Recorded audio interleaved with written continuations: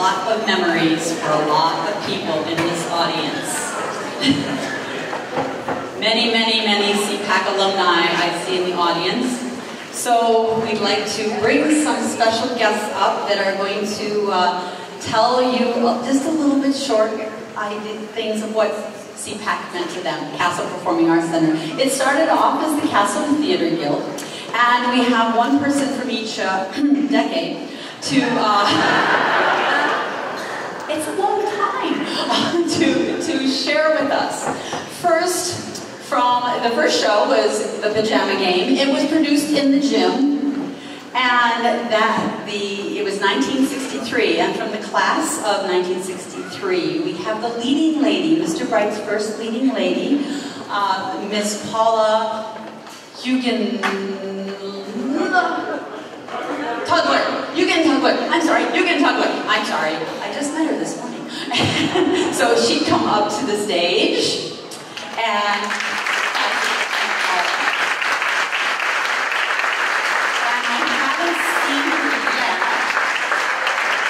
class of 1975, Miss Jody Leon.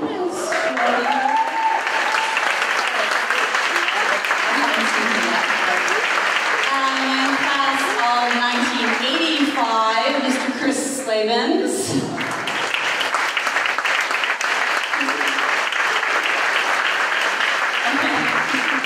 And class of 1988, Miss Jade Stice.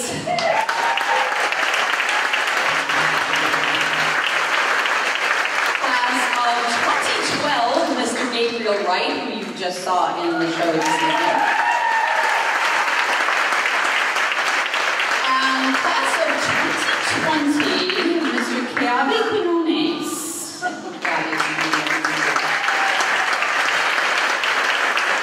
We figured if we asked everybody who had a special memory of Mr. Bright to share, we'd be here till next year. So we thought we'd ask just these very special people just to share a little bit about their CPAC experience. So, Paula. Wow. If you could visualize with me for a few minutes, I know you're going to know this guy. Years ago, a very young, absolutely energetic, brilliant drama teacher had an idea, which he then presented to his drama class. Imagine, Castle High School first musical ever by the students of Castle High with no experience. Intimidated? No way. We were armed with excitement and the energy necessary to put a good program through. Gotta tell you, things were different then. We didn't have this. We didn't have a budget for costumes. But you know what? It didn't matter. We had Ron Bright. So we pulled our resources together, and with a lot of determination and a healthy attitude, we made things happen. We turned our gymnasium into a magical gym. We also had one ace up our sleeve, and that was Mr. Bright as our director. With all that energy and hard work, Pajama Game was an absolute success. So much so that we were in such demand that they asked us to put on an additional performance. Now get this, the Honolulu Advertiser wrote a brilliant description about our performance. Now here we are, just a bunch of kids. What they said was, if I can remember, sprightly young teenagers with mature acting. In 2 words, we rocked!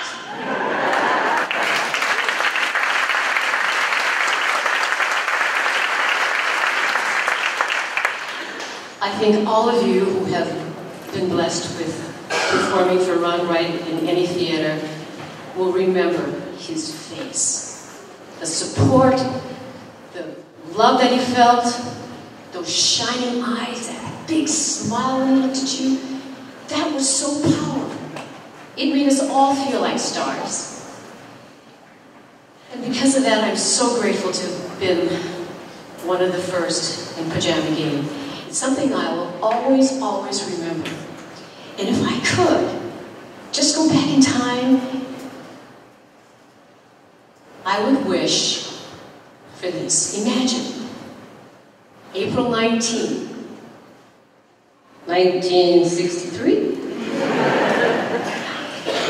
Opening night, first act, Moi Moi Pajama Factory. We had so much fun, so much fun. I just wish that it would never go away. It was the best time of my life. And I wish, hey, Mr. Bright, what we need is a time machine.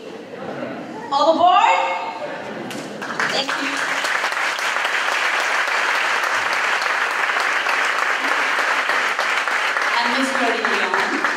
Thank you, Karen. Great show, by the way. Wasn't that a fabulous show? And I see some of my colleagues down here from shows way back. And by the way, I was in class of 75, 78. Yes, 78, later 70s. Just like terrible. I remember when I met Mr. B. I call him Papa now because we've been family for 30-something years. I was 14 years old, wide-eyed. I had aspirations to be a thespian. I saw him walking down the corridors at Castle High School, hips swaying, his bunch of keys dangling from his belt loop, and smiling like Santa Claus, giving everyone spreading cheer. And I remember thinking, I want to know him. The first show I saw was Barefoot in the Park with Kathy Minton. Remember that? Back in 1970. Was that 5? And after that spring, I was cast as a chorus member in My Fair Lady. And then 9 years later, I played Eliza Doolittle on this stage at the alumni show. But going back to the 4 years that Mr. Bright was my teacher, I agree with you. It was the best time of my life. We learned much more than theater, drama back then is what we called it. We learned much more than public speaking and downstage left and upstage and all that stuff. I learned about life. I learned about family and love and respect. I learned about integrity. We learned about integrity through not having it and getting an earful from one right. And then I learned that there's no role too small to embrace, no job too small to give your all. And I think for me, that was probably the best lesson that I could have taken away professionally.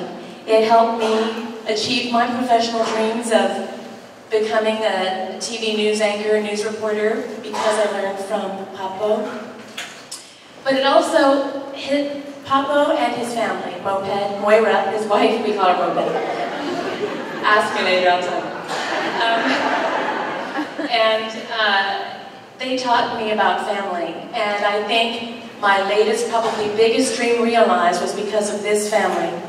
Their support, their love, that they embraced me and my family. And I adopted a daughter from China, all by myself, because of their support and love. They gave me the courage. That was the biggest dream realized for me. And I love them very much. And thanks, Jade. Jade and I did the whiz on this stage, right? She was a munchkin. And then she went on to Broadway. Is that fabulous?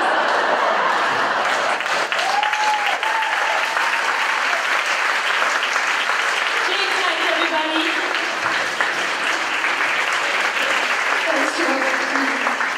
I like to read my thing because I get nervous and I didn't want to mess this up.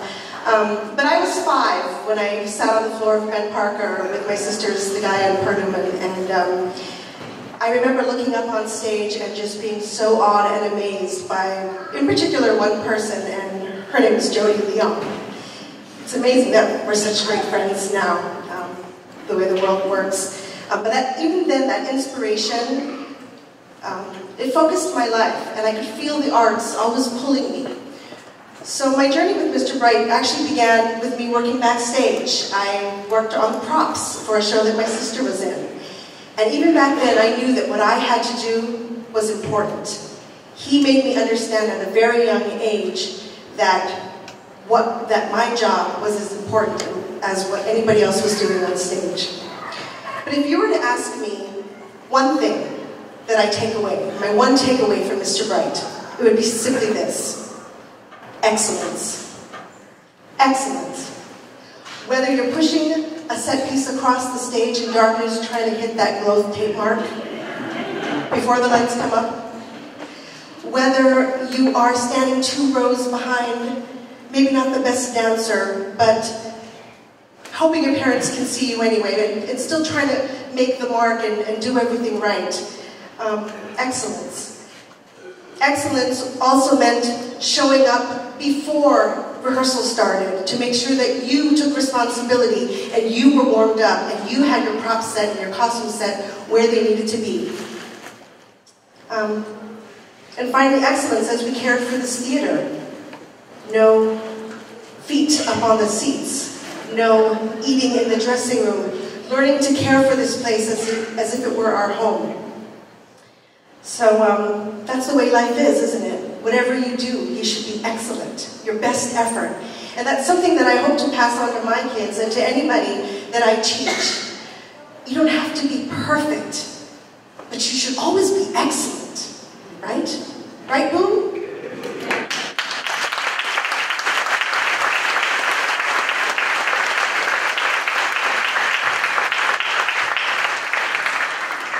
Hi. Well, my first encounter with Mr. Bright was my 5th grade year at Haiti Elementary. There are auditions for CPAC, and I just see this jolly guy with his little piano thing that he blows into, like, let's go, guys! And I was nervous as heck. I didn't get in the show, but I was just happy I met it. And then finally, my 7th grade year, I auditioned again, and I got in. And that just instant, when I got to work with Mr. Bright that year, it just had an effect on me so big. Through all the mistakes I've ever made on stage, which were a lot, just, yeah, to the mistakes I made anywhere, and, you know, he taught me to just believe in myself, no matter what.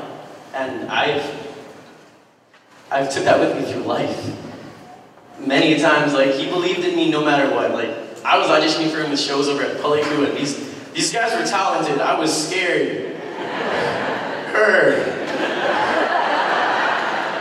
But he believed in me, and that gave me the courage to do it, to audition, and to get up on stage and perform in front of all you people, all the people I've ever performed in front of. He gave me that courage.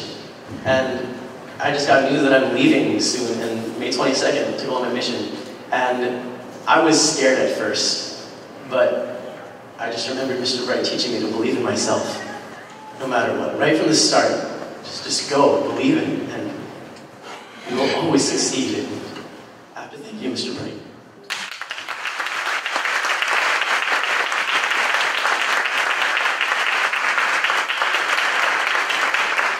You might wonder, what? Mr. Bright?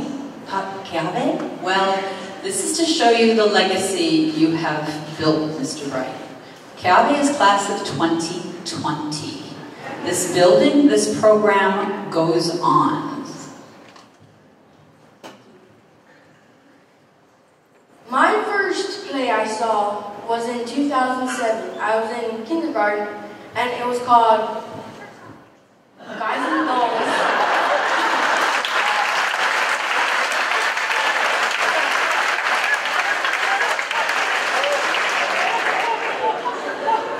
It was a really great play. I loved it.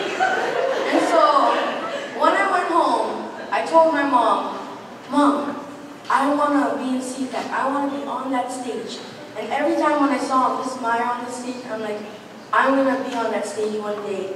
So, last year, for 5th grade, I auditioned for Oklahoma. And I got a part.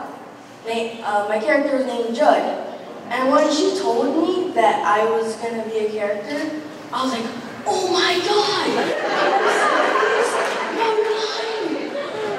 And so like I was just crying a little bit. I'm like, so I told my whole family. They were really supportive. And when I came to every rehearsal, all I saw was smiles, and everybody was just laughing. And then I couldn't do it without the three special ladies, Miss Meyer, Miss Callie, and Miss Natalie. They really helped me. And then especially my family, they're really supportive.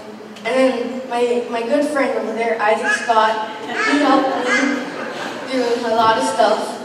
And a big thanks to Mr. Bright. He really inspired me. Thank you.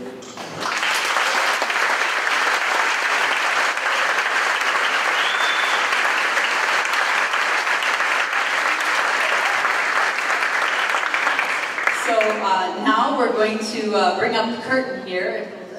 Gabe and Kevin, ladies, will move to the side and bring out Kimmy Balomero. Would like to introduce something for you. Hello, aloha everybody. Hi, hey guys, hey, I know you. Hey man, awesome speech. You too, congratulations. Hi, I'm Kimmy Balomero. Crazy, I haven't been on the stage since 1997. That's a long time for a lot of you. You were not born yet, I'm sure of that. I have been with Mr. Bright since I was 9 years old, which was 24 years ago. I was a 5th grader at Kane'ohe, and like Jade grew up, hey, Kane'ohe, what are they now, dolphins? They were bobcats back then. Like Jade grew up wanting to be Jody. I was a Kane'ohe student and I wanted to be Sarah Leah Gamiao. Now Sarah Leah Gamiao. Anyway, I'm an only child. I obviously have a lot of energy, as you can tell. And Mr. Bright picked me, and it was crazy. I remember he would come to our school, and he was that guy. He does the stand still. I'm sure you guys know him. He can't stop moving. You know what I mean?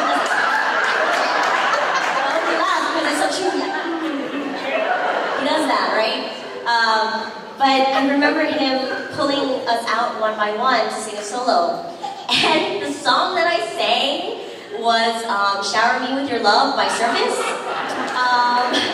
Yeah, it's kind of funny. Anyway, everybody hit on what they love from Mr. Bright. I mean, he has created such an amazing, amazing legacy, and I can't even look at him because I really owe everything to him. And his team, I mean, who knew? Like, a lot of us, and a lot of you guys still will go off and become so amazing, whether you continue with theater, continue with performing, if it's backstage, if it's a lawyer or a doctor, like, this family, this training helps you. And one thing that Mr. Bright really, really instilled in us, and I take this and I teach my students now, is that everybody is important. Your team is important. You know? I mean, I've gone off and done things, but I didn't get my first speaking line, like one line, until I was a sophomore in high school. I didn't sing a solo on this stage until I was a junior in high school. And then other things happened, and then it's been awesome, you know? But with that team, Mr. Bright, still to this day, if you've done a show with him, he tells you right after circle, go hug a techie. You know, hug a techie, because they're doing a lot of work too. Everybody's important. We can see you. We can feel you, right? He can see. He's very, very much about faces, about energy, because he's about that. He's all about heart. Now with that, you know, we saw an amazing show tonight, right? And musicals are so much fun and beautiful, and who doesn't want to break out into song and dance, you know, in your daily life? Shoot, I would probably do that if people wouldn't take me away and put me over there in that place, right? Because I admit I do that when I'm by myself. I'm more of a rapper than when I'm by myself, but anyway. His team. Mr. Bright has done such amazing work here, and I know he's had so many different choreographers part of his life and his legacy, but I know for sure, and you can totally yell at me if I'm wrong, but I think he would also give credit to Marcelo Pacleb. And he is here, but Marcelo will hate me if I point out where he is, but he is here in the building. Yeah, Mr. Bright is excited, he's here. Marcelo is, I can't even describe Marcelo either. He believes in you. He took a bunch of kids, like back then we didn't know how to dance. And even I watched these videos, I was like, why did he let me dance? You know, I'm like, and everyone's like amazing. But he believed in you. He really pushed you. You know, he made you look good. He made you feel good. You know, he made you just live. You know, which is what Mr. Bright made us do, made us want to feel. So I made this video, kind of showcasing some of the work that Mr. Bright and Marcelo have done. I'm dear friends with the Brights, and I went into their home, and Jaden might let me steal some DVDs. But I had to write every single one down, because Auntie Mo would like kill me if she didn't know. But I have them and they're safe. But anyway, here's some of the work. I wish I had everything, but I don't, but I hope you guys enjoy it. Thank you.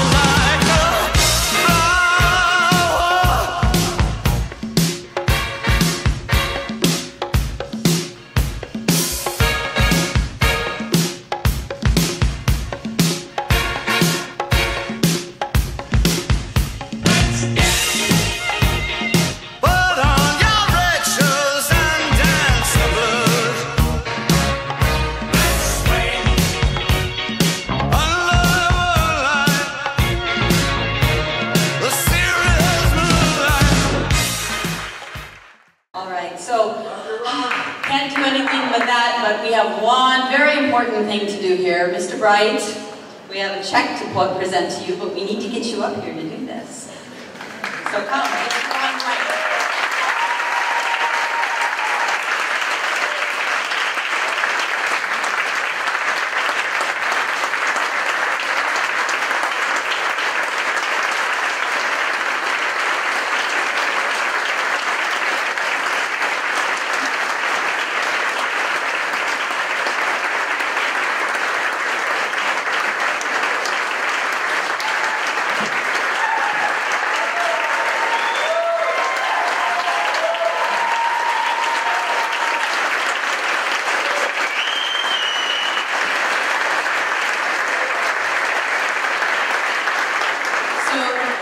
by your attending today the performance box office, as well as the donations online, as well as the donations to the Hawaii Community Foundation after we announced that we were doing this. And we're also still taking donations both online and in the calabash on your way out, so we can kind of pump this up a little bit if you want to. But, and I know you want to, we have for you the sum of $9,150 for the Ronald.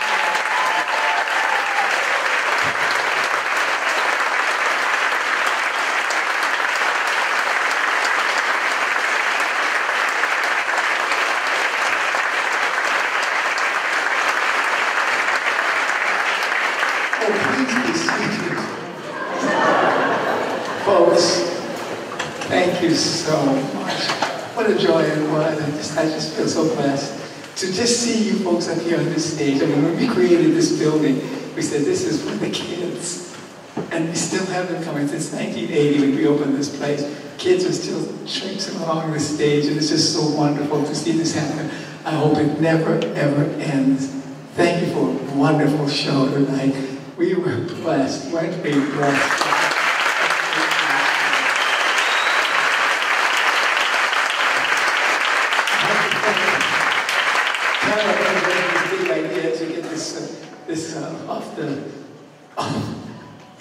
Thank you, Karen, so much for doing this. You know, when the young ladies were talking about how we started this whole thing, I think Paula Hugenthaler, who was incidentally the most beautiful girl in any high school in the state. She was Miss Homecoming, she was Miss Senior, she was everything. To put her on stage for the very first time was wonderful. But you know what happened? It wasn't me, it was them. They said, let's do a musical. I said, no way. I am not doing a musical. Please, no, I can't. Okay, I'll tell you what. We'll go through the motions of doing a musical. We're not going to do it one. We're not going to do one. But we'll go through the motions of doing one. I was going to change the title to One More Factory. All of that. But, you know, we ended up doing that musical. And while we were in rehearsal, Phil Meyer, the critic, the theater critic, calls the gym and asks if he can come and review our show. Our first show in the gym where you couldn't hear anything, but he came and he was very kind. And he was kind, not because of the show, he was kind because of our lead lady. He loved her a lot. That saved the show for us. But then we were brave after that, you know. I mean, after Pajama Gang, we'd go to, what was that, Oklahoma, we did all kinds of things. But just before that, I had kids who were always interested in doing stuff. So when we did Little Abner, I was brave. I had two kids who were on a farm. I said, Mr. Mike, can we bring our cow? I said, of course. Every show needs a cow. So we were doing Little Abner in the gym. And when we opened our show, we had the biggest, fattest cow come down the center between all these audience members. I mean, it gave the aroma of being where you're supposed to be. And then the following year, we did Bye Bye Birdie. Now, Conrad Birdie was the big man. You know, I love you, Conrad. Well, how did we introduce it? All of these girls are singing on the stage, and we hear this motorcycle outside. We brought Conrad Birdie right down the center of the stage, between all those people. Oh, they were screaming. And when I was young and crazy, I would do this crazy things. Yeah, Mr. Mike, just cut a plant for us. I said, no, we don't cut plants, we cut trees. Now, so that's how we decorate it. But I'm very thankful that we had this chance to grow this way into what's happening all until today, like we see here, and we're so, so blessed. You know, I'd be remiss if I didn't thank the people in my life who mean the most to me, and that's my family, my two sons.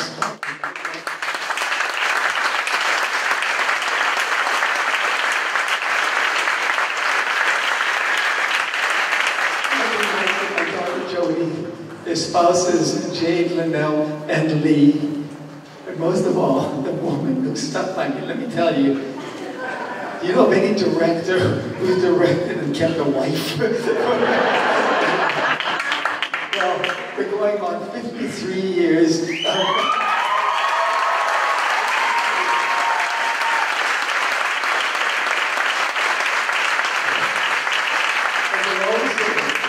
Every successful man is a better woman. That's a lie. I'm just kidding. I'm sorry. I'm kidding. Thank you.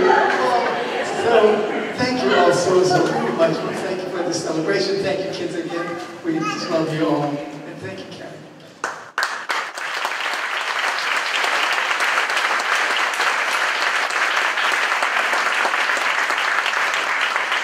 One more present for you, and Rachel and Gabe, can you come forward? We have one more present, and as you know, if you know it, join in. Special arrangement by Daren Kimura.